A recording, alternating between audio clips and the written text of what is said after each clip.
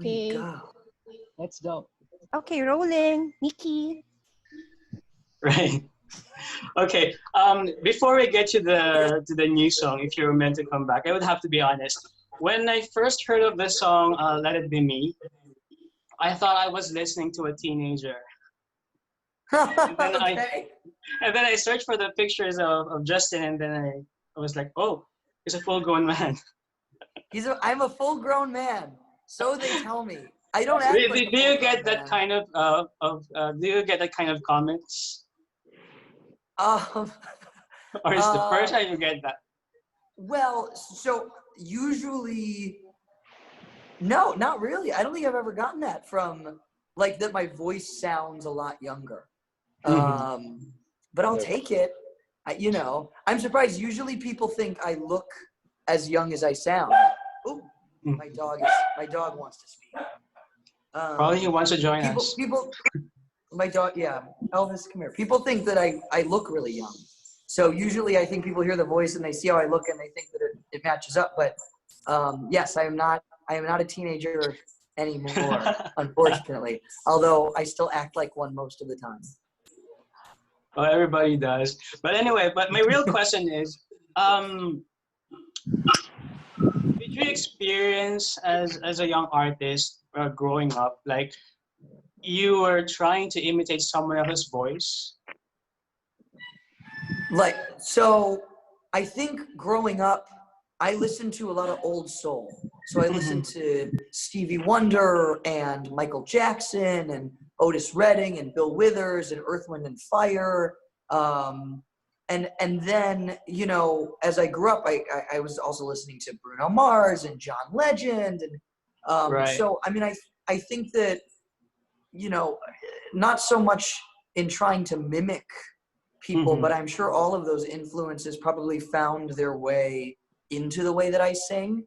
I remember I had a vocal coach when I was about 16, and he had me go and listen to, and I was listening to these people on the radio, but he had me study their voices. So I studied like Usher and Chris Brown and a guy named Smokey Norfolk, who's a soul singer from the church, and studied the way that, and Donny Hathaway and these kind of old soul singers, because that's what I loved and I gravitated towards.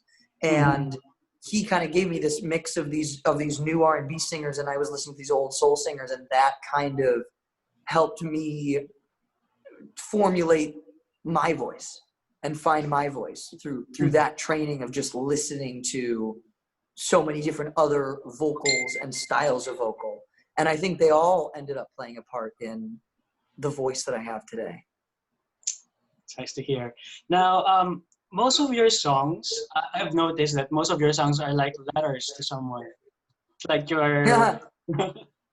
it's like you're always talking to someone based on the lyrics, the way you weave the lyrics. With the song, If You're Meant to Come Back, can you tell us the story behind the song and of course the title? Yeah.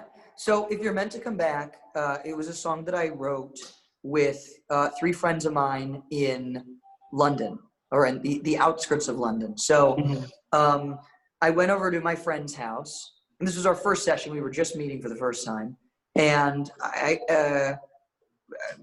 one of the guys had just gotten back together with his ex-girlfriend. So we were talking about that. He said, and I had just broken up with my ex.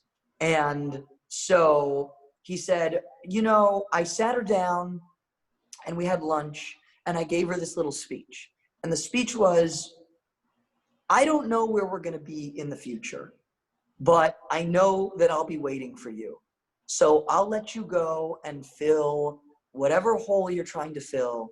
And if you're meant to come back to me, then you will.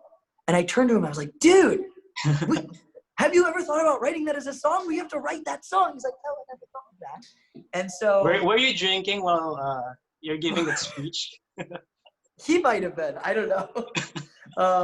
But he, so I was pulling off of my experiences with my ex and feeling the same way about letting her go. And he was pulling off of his experiences about having this girl come back to him. And he actually kept talking about her, and her name is Emily. So I'd ask him questions, and he'd say, Emily this, Emily that. We wrote the whole song, and at the end of the song, I said, so this Emily chick, who is she? What does she do? And he goes, oh, Emily Warren. She's a songwriter. I go, Emily Warren? Like the girl who wrote New Rules for Dua Lipa, who I went to college with her. So she's a friend of mine. And the song that we were writing from his perspective was about her. And I knew her because we were friends in college, and I had no idea that I was writing this song that was ultimately about her. So it was this weird full circle moment. And she's awesome. She's a prolific songwriter and has many, many credits. But it was very odd to be at the end realizing that I was writing a song from his perspective about somebody that I knew.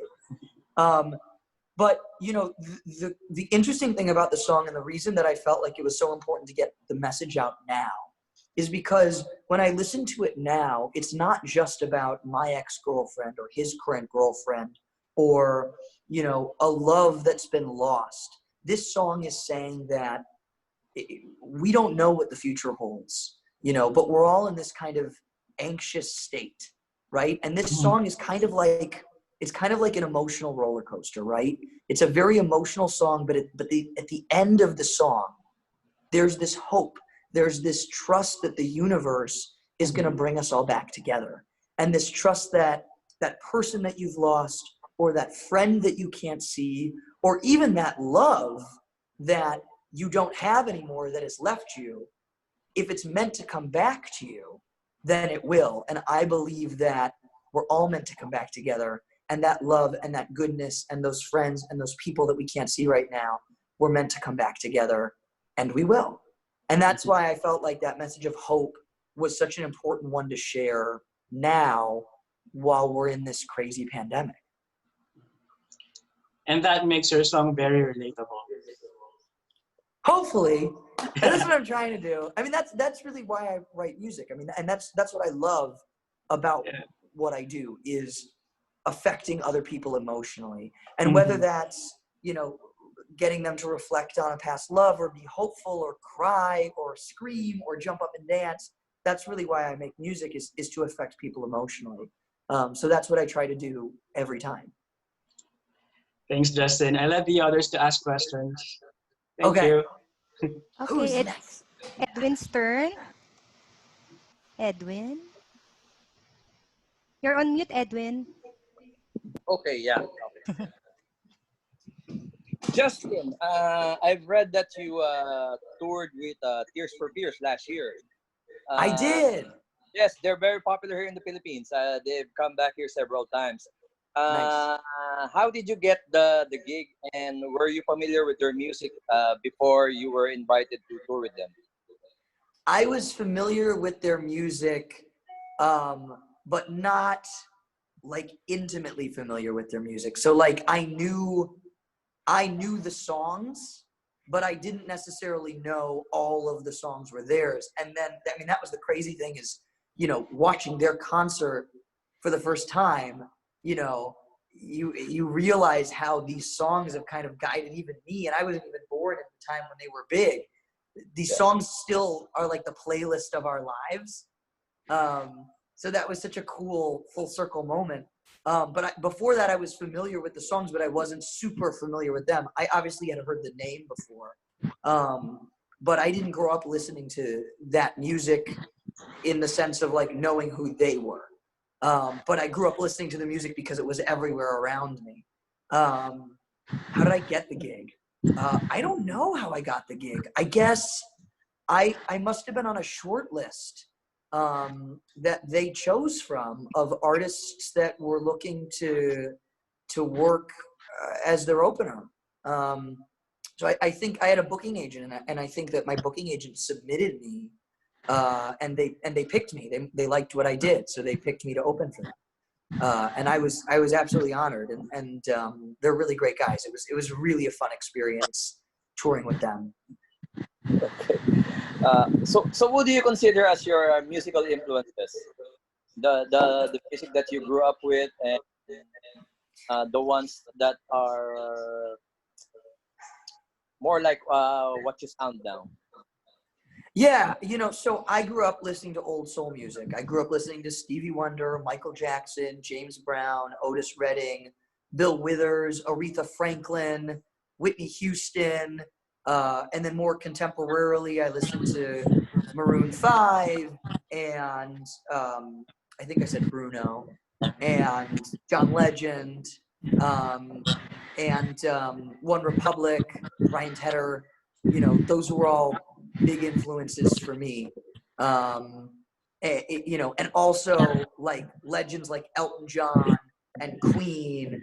And so, I mean, I actually didn't grow up listening to any electronic music really. So it's funny that I kind of fell into that world a little bit.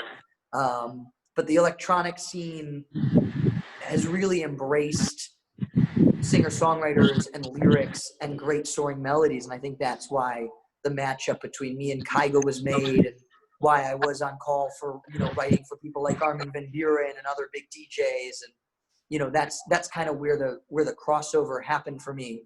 But for me, musically, it was always about old soul music and R&B and great vocals. I was always really attracted to that growing up. Okay. Thank you very much. I'll let the others ask your questions. Awesome. Thanks, Edwin. Thank you. It's Mark's turn. Hi, Justin. Hey, Mark. How